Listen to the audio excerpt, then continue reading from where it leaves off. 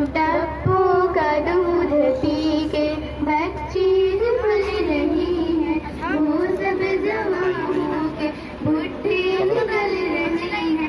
दादागिरी में बाबा कुछ कम नहीं थे, लेकिन बाबा से बढ़ के चाल बच्चे निकल रहे हैं।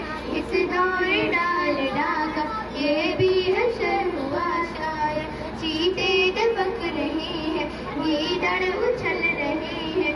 मुर्गों की कुछ पता है या मुर्गियों की सोचो, तहजीब के अंडे गंदे निकल रहे हैं। कुत्ते पकड़ने वाले आए हैं गली गली में, रोको न चीज को बाहर निकल रहे हैं। पागल तेरी मजल का उल्टा असर हुआ है।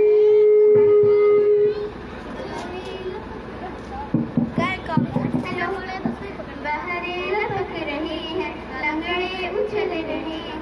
टप्पों का दूध पी के बच्चे जो पल रहे हैं, वो सब जवान